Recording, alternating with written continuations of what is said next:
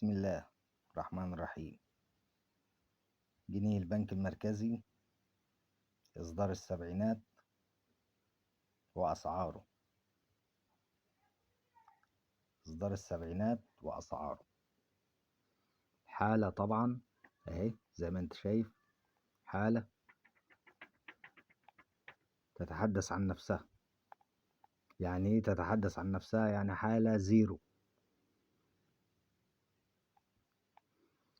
والحالة الزيرو دي بيبقى لها سعر. أي حاجة حالتها زيرو سعرها بيعلى. أي حاجة حالتها زيرو سعرها بيعلى. فده طبعا حالته زيرو. اسمع الخروشة بتاعته كده، الجنيه زيرو زي ما انت شايف. وادي الظهر بتاعه اهو، جنيه البنك المركزي القديم اصدار السبعينات. نيجي على حالة الجنيه زيرو، قلنا نيجي على سعره. السعر هنا في الحالة الزيرو اللي قدامك ده حالته زيرو، ده بيعمل 80 جنيه. 80 جنيه. الحالة الزيرو دي بتعمل 80 جنيه. الحالة الأقل بتعمل 30 جنيه، 35 جنيه، 40 جنيه. متقطع بقى عليه كتابة، عليه مش شخبط، عليه متن مهري، ما يعملش سعر. ليه ما يعملش سعر؟ لأنه ده موجود منه كتير. ده موجود منه كتير، فاللي هيبقى متقطع أو مش شخبط عليه فمش هيبقى ليه لازمة، مش هيعمل سعر.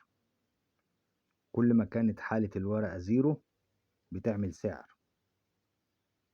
أي ورقة مكتوب عليها أو مش شخبط عليها أو متنية مهرية، كل ده بيقلل من سعرها وبينزل من تمنها الأرض.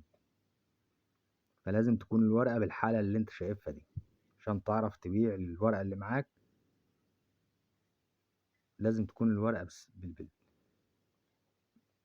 بالحالة اللي انت شايفها دي.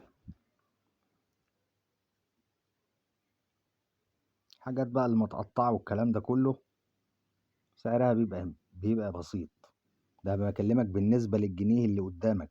الكلام كله عن الجنيه اللي قدامك. كل عملة وبتختلف عن التانية. كل عملة تختلف عن التانية. الكلام اللي انا بتكلمه ده عن الجنيه اللي قدامك. قلنا ده عشان زيرو سعره بيبقى 80 جنيه.